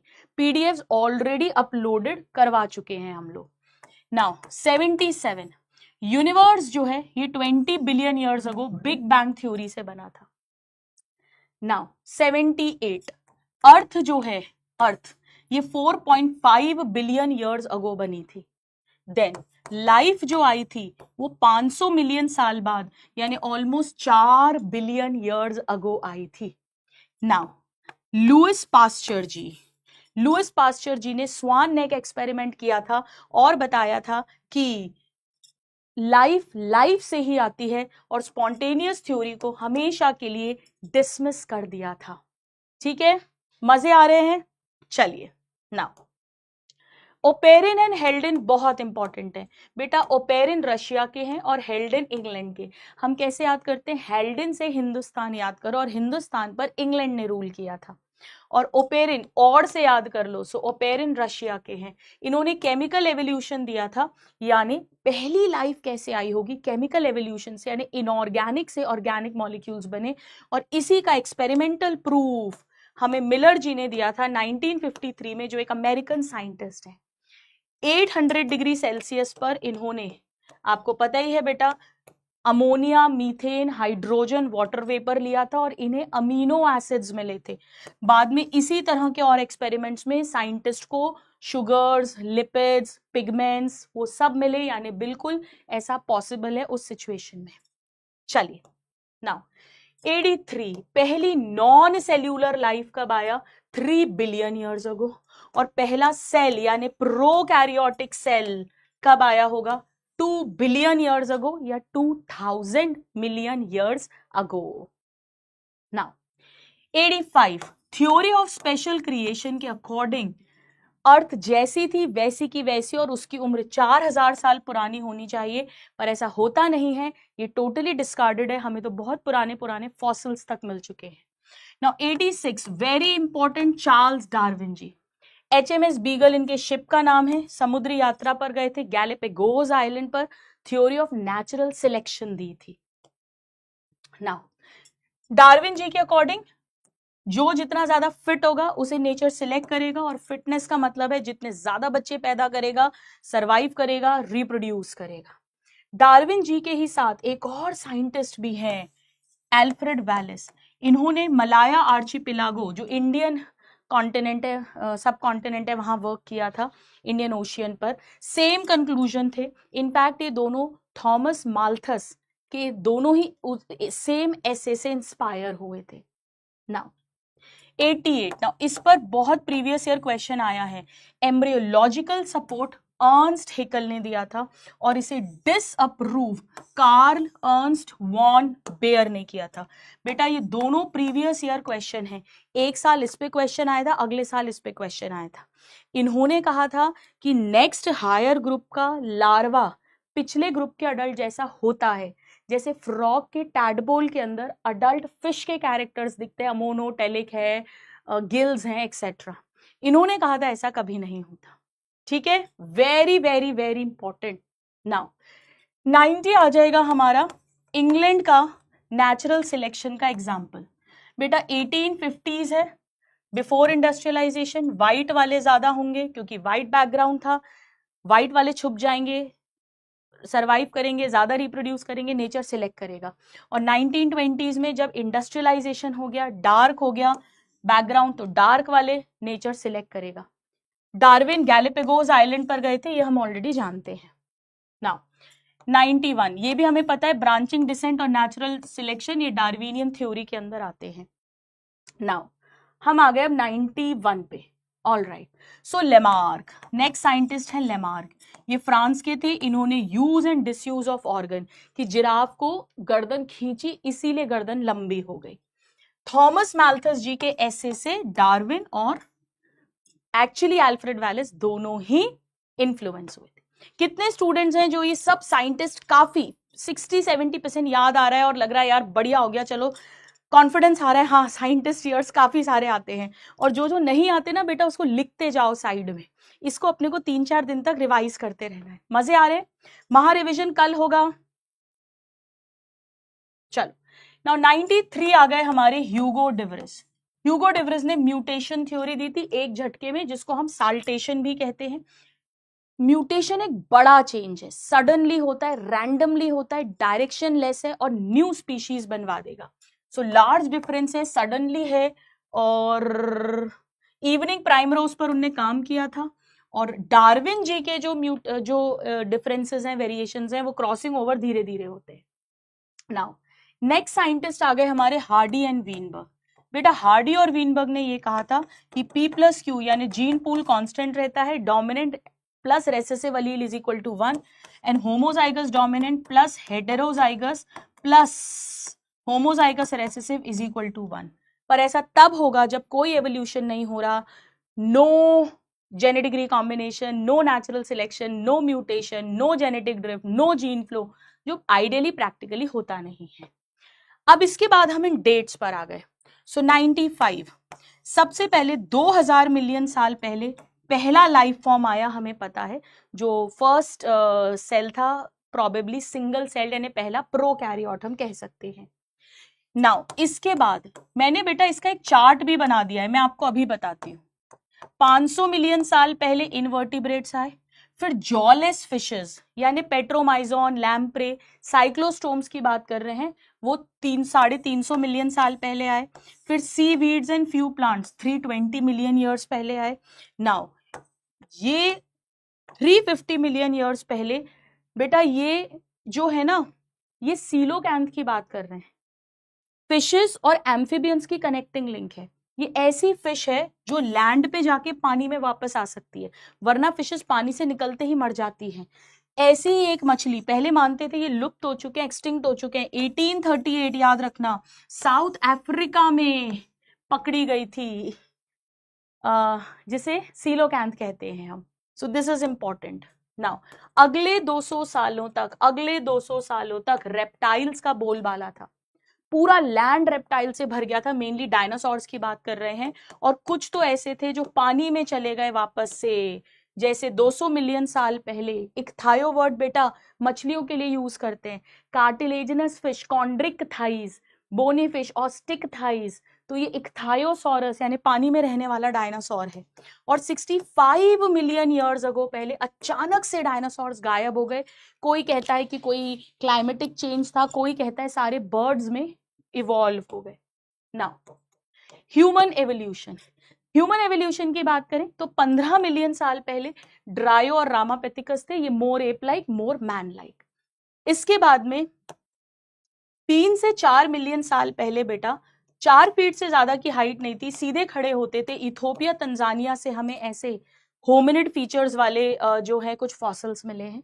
बेसिकली अगर हम बात करें तो 15 मिलियन इंपॉर्टेंट है, और इसके बाद में सीधे ये बहुत इंपॉर्टेंट है, ऑस्ट्रेलोपिथिकस 2 मिलियन ईयर्स अगो।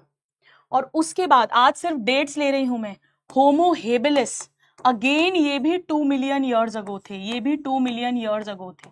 ब्रेन कैपेसिटी इतनी थी, इनकी ब्रेन कैपेसिटी 500 सीसी थी। ये एबल मैन थे, पहली बार टूल्स बनाए थे इन्होंने।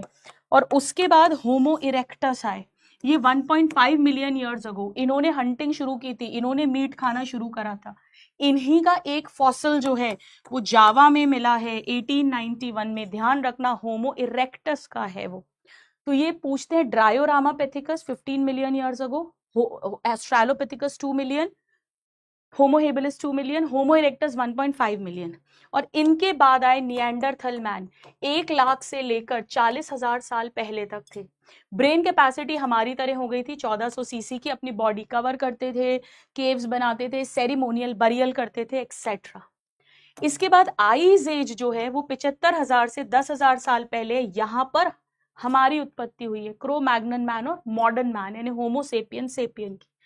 केव आर्ट जो है ये 18,000 साल पुरानी है बेटा, और एग्रीकल्चर जो है, एग्रीकल्चर जो है ये 10,000 साल पहले आया था, तब सेटल होना शुरू हुए थे। और केव पेंटिंग मध्य प्रदेश के रायसेन डिस्ट्रिक्ट के भीमबेटका रॉक शेल्टर में मिली है। आज सारे साइंटिस्ट और डेट्स करा रही हूँ, एग्जाम्पल्स और डायग्राम्स करा चुकी हूँ। डन है यहां तक? जल्दी से यस या थम्स अप दे दो एक मुझे, जितने स्टूडेंट्स को मजे आ रहे हैं, बेनिफिट हो रहा है। एनसीईआरटी नहीं, सॉरी, नीट वाला चैनल है, नीट वाला चैनल है, उस पे ये सब मिल जाएगा आपको। टेलीग्राम चैनल है बेटा, टेलीग्राम चैनल।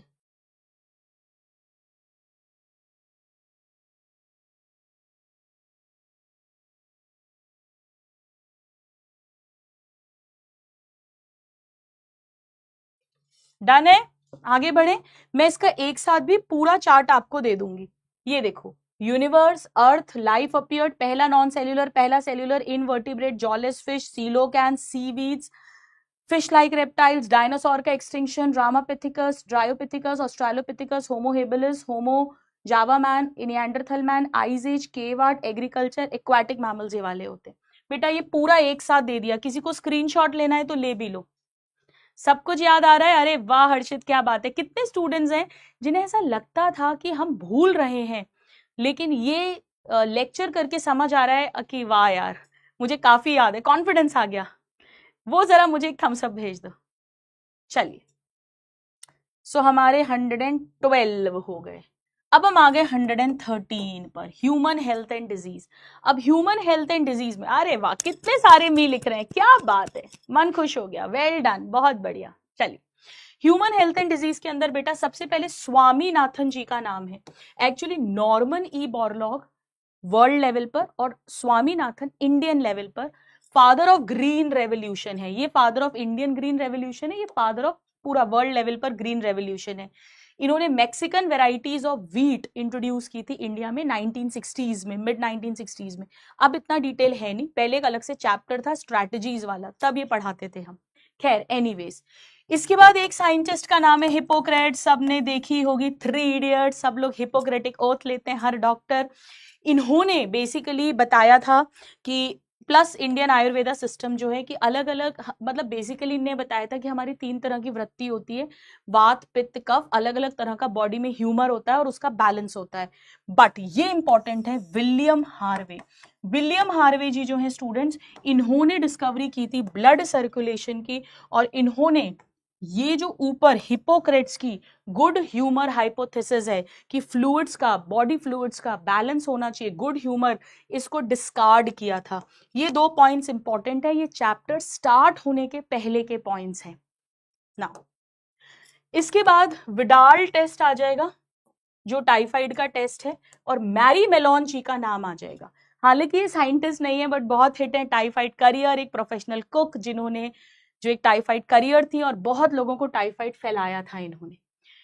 ये फिर नेक्स्ट ईयर्स की हम बात कर रहे हैं, तो बेटा एड्स का जो वायरस बॉडी में पहुंचा और जो पहला सिम्टम आया, यानी incubation period few months to many years होता है, 5 से 10 साल, इस पे कई बार क्वेश्चन आया है। इसी तरीके से टोबैको की बात जहां की गई है, टोबैको जिसमें निकोटिन है जो एड्रेनलिन ग्लैंड को स्टिमुलेट करता है, heart rate, cardiac output increase करता है, 400 सालों से ज्यादा यूज किया जा रहा है। इसके बाद एक और डेटा दिया हुआ है, 12 से 18 साल को अडोलेसेंस पीरियड कहते हैं, 12 to 18 ईयर्स। पूरे एनसीईआरटी के सारे डेटाज मैं आपको बता रही हूं नाउ। इसके बाद नेक्स्ट आते हैं एलेक्जेंडर फ्लेमिंग, इन्होंने पेनिसिलिन की खोज की थी। ये स्टेफाइलोकोकस बैक्टीरिया पे वर्क कर रहे थे, गंदी सी कॉलोनी बन गई, वहां मोल्ड्स, पेनिसिलियम ग्रो कर गया और बैक्टीरिया मर गया। लेकिन इसका जो यूज करा था, मैं कैसे याद कराती हूँ बेटा, फूलों की चेन यानी फ्लोरेन चेन ने किया था। वर्ल्ड वॉर 2 में किया था, याद रखना, 1 नहीं 2 में। और अमेरिकन सोल्जर्स को ट्रीट किया था, कोई और कंट्री लिख देंगे रॉन्ग हो जाएगा। बाद में तीनों को 1945 में नोबेल प्राइज मिला था जब वर्ल्ड वॉर एंड हुआ था 1945 में। नाउ इसके बाद नेक्स्ट साइंटिस्ट आते हैं Stanley Cohen and Herbert Boyer. यहाँ ईयर भी इंपॉर्टेंट है, 1972 में इन्होंने पहला आरडीएनए बनाया था। इन्होंने बेसिकली एंटीबायोटिक रेजिस्टेंट प्लाज्मिड लिया था, उसी का जीन कट किया था, फॉरेन जीन, वापस से इसी को नेटिव को ज्वाइन किया था, लाइगेज की हेल्प से कटिंग की थी, रेस्ट्रिक्शन एंडोन्यूक्लियस की हेल्प से, और फिर ई कोलाई के अंदर उसको ट्रांसफर किया था एज अ होस्ट। क्या कोई मुझे बताएगा कि इन्होंने कौन सा बैक्टीरिया यूज किया था? चैट्स में कौन बताएगा, चलो देखते हैं। इसके बाद 123, ये रहा ईयर बेटा। रेस्ट्रिक्शन एंजाइम्स 1963 में डिस्कवर हो गए थे, जहां पर एक मेन रेस्ट्रिक्शन एंजाइम है जो बैक्टीरियोफाज वायरस की ग्रोथ को रोकेगा, प्लस एक मिथाइलेटिंग एजेंट ऐड करने वाला है, 2 एंजाइम कॉम्प्लेक्स होता है। साल्मोनेला टाइफीम्यूरियम, यस साल्मोनेला टाइफीम्यूरियम बैक्टीरिया पर इन्होंने वर्क किया था, वेरी गुड। तो 1963 में रेस्ट्रिक्शन एंजाइम की डिस्कवरी हो गई और 1972 में पहला आरडीएनए बना। हाँ तो बन सकता है, ऑलरेडी ये डिस्कवर्ड थे। इसके बाद बेटा नेक्स्ट हमें हिंद 2 आना चाहिए, जो 5 साल बाद खोजा गया है, 5 साल बाद यानी 1968 में एक्चुअली। नाउ एक और डेटा इंपॉर्टेंट है कि अभी तक more than 230 strains of bacteria से more than 900 restriction enzymes isolate किए गए हैं। आपको पता ही है, जैसे Eco R1, Hind 2 etcetera. Now next data जो है वो है कि पूरी दुनिया में 30 और इंडिया में 12 थेरापेटिक्स हैं, रिकॉम्बिनेंट थेरापेटिक्स यानी दवाइयां, drugs, medicine. Now Eli Lilly company 1983 जब इंडिया ने वर्ल्ड कप जीता था क्रिकेट का, पहला अमेरिकन कंपनी है, इसने पहला जेनेटिकली इंजीनियर्ड इंसुलिन बनाया था, अगर आप लोगों को याद हो। इसमें ए चेन अलग बनाई, बी चेन अलग बनाई और दोनों को बाहर निकालकर फिर लेबोरेटरी के अंदर डाइसल्फाइड बॉन्ड बनाया, क्योंकि प्रो इंसुलिन के अंदर एक्स्ट्रा सी पेप्टाइड होता है और उसको मैच्योर करना पॉसिबल नहीं हो पा रहा था। इसके बाद पहली क्लिनिकल जीन थेरेपी 1990 में दी गई थी। 4 ईयर ओल्ड गर्ल थी जिसे एडेनोसिन डी एमिनेज डेफिशिएंसी थी और जीन थेरेपी में लिम्फोसाइट्स बाहर निकालते हैं, उसके अंदर एडीए जीन डालते हैं और इन जेनेटिकली इंजीनियर्ड लिम्फोसाइट्स को पेशेंट के ब्लड में वापस डालते हैं। बट ये टेम्पररी होता है because lymphocytes are not immortal, अमर नहीं है। क्या कोई मुझे बताएगा कि लिम्फोसाइट के अंदर जो हम ये एडीए जीन डालते हैं तो वेक्टर कौन सा यूज करते हैं? कौन बताएगा? देखते हैं नाउ। इसके बाद साइंटिस्ट तो नहीं है बट पहली ट्रांसजेनिक गाय बनाई गई थी 1997 के अंदर। 1997 के अंदर इसके अंदर ह्यूमन के, yes very good, retrovirus, very good बेटा, रेट्रोवायरस यूज करेंगे क्योंकि एनिमल सेल जब होस्ट होता है तो रेट्रोवायरस यूज करते हैं। क्या बात है, बहुत बढ़िया। इसके अंदर ह्यूमन के अंदर मिल्क में एक प्रोटीन बनता है अल्फा लैक्ट एल्ब्यूमिन, उसका जीन डाला गया था जिससे इस गाय के दूध में प्रोटीन रिच मिल्क बना। 2.4 ग्राम्स पर लीटर यूनिट के साथ आना चाहिए और अब वो मोर बैलेंस्ड हो गया देन किसी नॉर्मल काऊ के। इसके बाद में इंडिया के अंदर 2 लाख वेराइटीज हैं बासमती चावल की, बासमती की राइस की टोटल 2 लाख वेराइटीज हैं, जिसमें से बासमती वाली जो है उसकी 27 डॉक्यूमेंटेड है, यूनिक फ्लेवर एंड अरोमा के लिए जाने जाते हैं। इसके बाद में नेक्स्ट डेटा है 1997 का। इसमें एक अमेरिकन कंपनी ने बासमती पर US patent and trademark office से राइट्स ले लिए थे, जिसे बायोपायरेसी कहेंगे, यानी चोरी करना बायोलॉजिकल प्रोडक्ट का। उन्होंने एक बासमती लिया, एक सेमीडॉफ वैरायटी ली, दोनों को क्रॉस करा और बासमती को पेटेंट करा दिया। इसी तरह से नीम और टर्मरिक पर भी ये कोशिश की गई, हालांकि इंडियन पेटेंट बिल गवर्नमेंट ने पास करा है और उससे फिर हम इन राइट्स को वापस ले लेते हैं। सो 132 हो गया। नाउ 133 बेटा, जहां पर इकोलॉजी स्टार्ट होती है वहां पर चैप्टर के पहले रामदेव मिश्रा जी का नाम है। ये भले ही मत याद करना, ये पता होना चाहिए, ये फादर ऑफ इंडियन इकोलॉजी हैं। तो P Maheshwari ji father of Indian embryology हैं और Ramdev Mishra father of Indian ecology हैं। ये इंपॉर्टेंट है। तीर्थ मुझसे बार बार पूछ रहे हैं कि ma'am is it important to read summary of bio chapters? It is very important to read it. मैंने जहां भी पढ़ाया, आप जो भी टीचर से पढ़े हो, सब लोग समरी में जो एक एक दो दो कहीं कहीं एक्स्ट्रा पॉइंट्स हैं वो बताते हैं। जैसे इनफर्टिलिटी 2 इयर्स में बोलते हैं, ये थ्योरी में कहीं नहीं लिखा, सिर्फ समरी में है। ईआर का रोल ग्लाइकोजन मेटाबॉलिज्म में भी होता है, ये समरी में है, थ्योरी में कहीं नहीं लिखा। DNA duplication, chromosome duplication S phase में होता है, ये वर्ड समरी में दिया है। तो समरी रीड करना बहुत इंपॉर्टेंट है। Yes, you have to do it. Now 134 बेटा, 1981 में जो आर वैल्यू ह्यूमन पॉपुलेशन के लिए निकाली थी इंडिया के अंदर, थोड़ा सा याद करना पड़ेगा। चलो अब 135 बेटा, जो लॉजिस्टिक ग्रोथ कर्व होता है उसे साइंटिस्ट के नाम पर वर्ल्ड पर लॉजिस्टिक ग्रोथ कर्व कहते हैं। हमें पता है इसमें लिमिटेड रिसोर्सेज हैं, तो lag phase, log phase, deceleration phase and asymptote, यानी कैरिंग कैपेसिटी से ज्यादा पॉपुलेशन नहीं जाएगी तो सिग्मोइड कर्व बनेगा। इसके बाद में ये भी बहुत इंपॉर्टेंट है, डार्विनियन फिटनेस। हर ऑर्गेनिज्म कोशिश करता है हाई रिप्रोडक्टिव पोटेंशियल, ताकि नेचर उसे सिलेक्ट कर सके, मैक्सिमाइज इट्स रिप्रोडक्टिव पोटेंशियल। इसके बाद 137 हम डेट्स की बात कर रहे हैं। अर्ली 1920s के अंदर ऑस्ट्रेलिया में प्रिकली पियर कैक्टस को इंट्रोड्यूस किया गया था, आतंक मचा दिया था, एलियन स्पीशीज इन्वेजन के अंदर ये आता है। फिर इसका कैक्टस ईटिंग मॉथ इंट्रोड्यूस कर जो शिकारी है उसको इंट्रोड्यूस कर इसे अंडर कंट्रोल लाया गया था। Now students, very important, competition में जब डार्विन जी ने कंपटीशन की बात की थी, सर्वाइवल ऑफ द फिटेस्ट की बात की थी, तो सबसे ज्यादा देखो, वैसे तो competition with in a species भी होता है, आपस के भी मेंबर्स compete करते हैं, पर मोस्ट पोटेंट फोर्स बेटा, ये प्रीवियस ईयर क्वेश्चन है, that is inter specific. Option में दोनों होती है, इंटर और इंट्रा। नाउ 139 आता है हमारे गॉस जी का नाम। Now this is very very important. Gauss exclusion principle, एक सुपीरियर स्पीशीज है, एक इंफीरियर स्पीशीज है, दोनों सेम लिमिटेड रिसोर्सेस के लिए फाइट कर रहे हैं, तो सुपीरियर वाली इवेंचुअली एलिमिनेट कर देगी इंफीरियर को। कभी भी इनडेफिनेटली अनिश्चित काल तक दोनों साथ नहीं रह सकते, एक खत्म हो जाएगी जो इंफीरियर है। इसी को कर्नल जी ने बताया था फील्ड एक्सपेरिमेंट करके। उन्होंने स्कॉटलैंड के रॉकी इंटरटाइडल टाइड्स में क्या किया था, बार्निकल की 2 स्पीशीज ली थी। ये मैंने आपको एग्जांपल्स में भी पढ़ाया था बेटा। सुपीरियर कौन सी है, बैलेनस, और इंफीरियर कौन सी है, कैथेमिलस।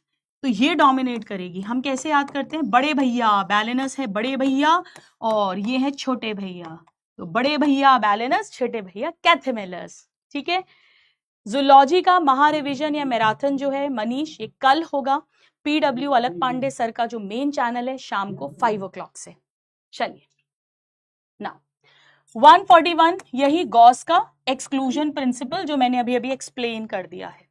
नाउ वेरी इंपॉर्टेंट बेटा 142 मैक आर्थर जी का नाम।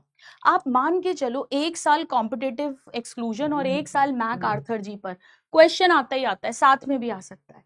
इन्होंने ये कहा था कि एक ही पेड़ पर 5 छोटी वॉर्बलर बर्ड्स हैं, एक साथ को एग्जिस्ट करेंगी, कंपटीशन अवॉइड करेंगी, क्योंकि खाने का पैटर्न पे इन्होंने अपने आप में सहमति कर ली है, यानी रिसोर्सेज की पार्टीशनिंग कर ली है। तू ऊपर का खा ले, मैं नीचे का खा लेती हूँ, तू सुबह खा ले, मैं शाम खा लेती हूँ। सो दे प्रमोट को एग्जिस्टेंस रादर देन लड़ मर जाना। जैसे कि सेकेंड वर्ल्ड वॉर के बाद आज तक थर्ड वर्ल्ड वॉर नहीं हुआ, क्योंकि अब हम रिसोर्सेज की पार्टीशनिंग कर रहे हैं, हम को एग्जिस्टेंस को प्रमोट कर रहे हैं। नाउ 143 इकोसिस्टम के अंदर लिंडमैन साइंटिस्ट ने दिया था 10% लॉ। हालांकि आई थिंक एनसीईआरटी में ईयर नहीं लिखा है, तो आप नहीं भी याद करेंगे तो चलेगा। नाउ 144 है हमारे एडवर्ड विल्सन जी, इन पे क्वेश्चन आता है। इन्होंने इस टर्म को पॉपुलराइज किया था, biodiversity at all levels. Genetic level पर भी भिन्नताएं हैं, स्पीशीज लेवल पर भी और इकोसिस्टम लेवल पर भी है। इसके बाद हमारे आ जाते हैं 145 IUCN। IUCN का फुल फॉर्म आना चाहिए हमें, इंटरनेशनल यूनियन है बेटा, इंडियन लिख देंगे रॉन्ग हो जाएगा, international union for conservation of nature and natural resources. इन्होंने बताया था कि total species slightly more than 1.5 million है, लिविंग वर्ल्ड के अंदर 1.7 मिलियन दी हुई है। इसके बाद नेक्स्ट साइंटिस्ट आ जाएंगे रॉबर्ट मे। रॉबर्ट मे ने बताया था कि टोटल 7 मिलियन स्पीशीज हैं, जिसमें से मोर देन 1.5 मिलियन स्पीशीज अभी तक डिस्कवर्ड है। ठीक है, चलिए। सो 146 नाउ 147 एलेक्जेंडर वॉन हम्बोल्ट। बेटा इन्होंने जर्मनी के जंगल, ये जर्मन नेचुरोलॉजिस्ट थे, और इन्होंने साउथ अमेरिका के जंगल्स में काम किया था। स्पीशीज एरिया रिलेशनशिप बताई थी कि जैसे जैसे आप एरिया इंक्रीज करेंगे वैसे वैसे स्पीशीज रिचनेस इंक्रीज होगी, but up to a certain limit. So S is equal to CA⁻Z इन्होंने बताया था, और लॉग स्केल पर स्ट्रेट आता है, यानी log S is equal to log C plus Z log A। I hope आप लोगों को याद आ रहा है, ये बहुत इंपॉर्टेंट है, क्वेश्चंस भी आते हैं। नाउ 148 पे नाम आता है हमारे प्यारे डेविड टिलमैन जी का। बेटा डेविड टिलमैन ने क्या किया था, इन्होंने लॉन्ग टर्म तक आउटडोर प्लॉट्स पर एक्सपेरिमेंट किए थे। इन्होंने बेसिकली ये बताया था कि जिस जो प्लॉट बड़ा है, जहां पर ज्यादा स्पीशीज हैं, ज्यादा बायोडाइवर्सिटी है, उसकी प्रोडक्टिविटी ज्यादा है, और ईयर टू ईयर वेरिएशन कम है, यानी वो मोर स्टेबल है। यानी इन्होंने बताया था, जो हम कहते हैं कि जितनी ज्यादा बायोडाइवर्सिटी होगी उतना स्टेबल इकोसिस्टम होगा। सो हायर प्रोडक्टिविटी होगी और ईयर टू ईयर वेरिएशंस कम होंगे। ये इन्होंने एक्सपेरिमेंट करके बताया था, हम तो मुंह से बोल देते हैं, इन्होंने एक्सपेरिमेंट किया था। चलिए नाउ 149 पर आएंगे हमारे स्टैनफोर्ड के इकोलॉजिस्ट पॉल अहरलिख। इन्होंने पूरे एरोप्लेन को इकोसिस्टम से कंपेयर किया था, और उसकी जो नट्स हैं, रिविट्स, उसे इकोसिस्टम की स्पीशीज से कंपेयर किया था। नॉर्मल रिविट्स खोल भी दोगे, एरोप्लेन की फ्लाइट की सेफ्टी पे फर्क नहीं पड़ेगा, लेकिन जो विंग्स वाला रिविट है, अगर वो खोल दिया तो एरोप्लेन क्रैश हो जाएगा। इसी तरह से कुछ स्पीशीज होती है, की स्पीशीज, जो पूरा इकोसिस्टम में बहुत इंपॉर्टेंट रोल प्ले करती हैं, वो अगर लुप्त हो गई तो बहुत सारी स्पीशीज अफेक्ट हो जाएंगी। इस तरह से इन्होंने रिविट पॉपर हाइपोथेसिस दी थी। स्टूडेंट्स नीट 2024 में इस चैप्टर से 6 to 7 क्वेश्चंस आए थे और David Tilman, Paul Ehrlich, rivet popper hypothesis, match the column करके 3-4 साइंटिस्ट का नाम बनाकर उनका फंक्शन वर्क लिखकर मैच द कॉलम बना दिया था. So I hope this is very important and you are clear with it. Now 150 पर हम आ गए. 150 पर अगेन IUCN की रेड डेटा लिस्ट है. 784 स्पीशीज पिछले 500 सालों में एक्सटिंक्ट हुई हैं. मैं कैसे याद कराती हूँ, देखो पेड़ ज्यादा होते हैं या जानवर? जानवर. याद रखने का तरीका, पेड़ भाग नहीं सकते, बच नहीं सकते, हम भाग सकते हैं, बच सकते हैं. एनिमल्स में भी कौन ज्यादा होते हैं? इनवर्टिब्रेट्स. हमें पता है 70% तो इंसेक्ट्स ही हैं. तो ज्यादा कौन होते हैं? इनवर्टिब्रेट. उससे कम कौन होते हैं? वर्टिब्रेट यानी एनिमल्स. और सबसे कम होते हैं पेड़. तो जो ज्यादा होता है वो एक्सटिंक्ट भी ज्यादा हुआ है, जो कम होता है वो एक्सटिंक्ट भी कम हुआ है. 87 तो प्लांट्स एक्सटिंक्ट हुए हैं. ये हुए हैं 359. कैसे याद रखेंगे? 3 लिखा, 6 लिखने का मन नहीं है, चलो 5 लिख देती हूँ और 9. तो 369 की जगह मैंने 359 लिख दिया. जरा 21 रुपए का शगुन दे दो, जरा 21 रुपए का शगुन दे दो. 21 रुपए का शगुन दोगे तो ये हो गई 338. हल्की सी टिप है, हेल्प करे तो ठीक है, वरना डायरेक्ट याद कर लेना. अब अभी तक 5 एपिसोड हुए हैं मास एक्सटिंक्शन के. 6th वाला ऑनगोइंग है और ऐसा कहते हैं कि अगले 100 साल में आधी से ज्यादा स्पीशीज लुप्त हो जाएंगी. अगले 100 साल में आधी से ज्यादा स्पीशीज लुप्त हो जाएंगी. नाउ 153 ओवर एक्सप्लॉइटेशन के कारण कौन कौन एक्सटिंक्ट हुआ है? वैसे तो देखो मैं एग्जाम्पल्स वाले सेशन में बता चुकी हूँ. रीसेंट एक्सटिंक्शन में dodo from Mauritius, quagga from Africa, thylacine from Australia, Steller sea cow from Russia, Bali Java Caspian subspecies of tiger, ये रीसेंट एक्सटिंक्शंस हैं. बट ओवर एक्सप्लॉइटेशन के कारण passenger pigeon and Steller sea cow याद रखिएगा. कितने students हैं जिन्हें जब मैंने बोला रीसेंट एक्सटिंक्शन के एग्जाम्पल्स तो पांचों एग्जाम्पल्स याद आ गए अपनी कंट्रीज के साथ? बताइए जरा. नाउ 154 पहला है अर्थ समिट और फिर हुआ वर्ल्ड समिट. अर्थ समिट और वर्ल्ड समिट. अर्थ समिट ब्राजील के रियो डी जेनेरो शहर में हुआ. वर्ल्ड समिट साउथ अफ्रीका के जोहान्सबर्ग सिटी में हुआ. ये 1992 में हुआ, ये 2002 में हुआ, 10 साल बाद. इसमें उन्होंने कहा कि बायोडाइवर्सिटी को हम बचाएंगे और इसमें 190 कंट्रीज ने पार्टिसिपेट किया और बोला हम 2010 तक जो बायोडाइवर्सिटी की प्रेजेंट रेट ऑफ एक्सटिंक्शन है उसे काफी लो करेंगे, local, regional and global level पर. मस्त, डन है. चलिए, so with this we complete today's session. एक बहुत ही प्यारा छोटा से सेशन में आपको सारे साइंटिस्ट और डेट्स बता दिए. मैं एक बार आपको वापस बता दूं स्टूडेंट्स, ये देख लीजिए, ये सारे इंपॉर्टेंट सेशंस हैं. OMR फिलिंग और ड्रेस कोड आपके पास बहुत जल्दी आ जाएगा. आई थिंक CW या यकीन जिस पे भी आ जाएगा ये. बाकी इसके नोट्स यहाँ मिल जाएंगे.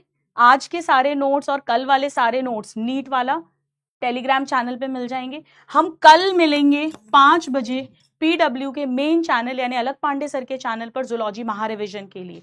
उसी में ड्रीम 45 के क्वेश्चंस भी ले लूंगी. मैं सेशन एंड करूंगी, आपके 2 मिनट लगेंगे. मुझे जरूर जरूर जरूर कमेंट बॉक्स में बताना क्लास एंड होने के बाद कैसी लगी, यूजफुल रहा, मजे आ रहे हैं या नहीं, कॉन्फिडेंस आया या नहीं, और कल महारिविजन के लिए सब लोग एकदम गियर्ड हैं या नहीं. मेरी कोशिश है कि इस समय आपका टाइम कम वेस्ट हो और आपको ज्यादा से ज्यादा इंपॉर्टेंट चीजें रिवाइज करा दूं ताकि आपका कॉन्फिडेंस लेवल एकदम हाई हो जाए. Bye everybody, take care, lots of love. कल मिलते हैं महारिविजन में.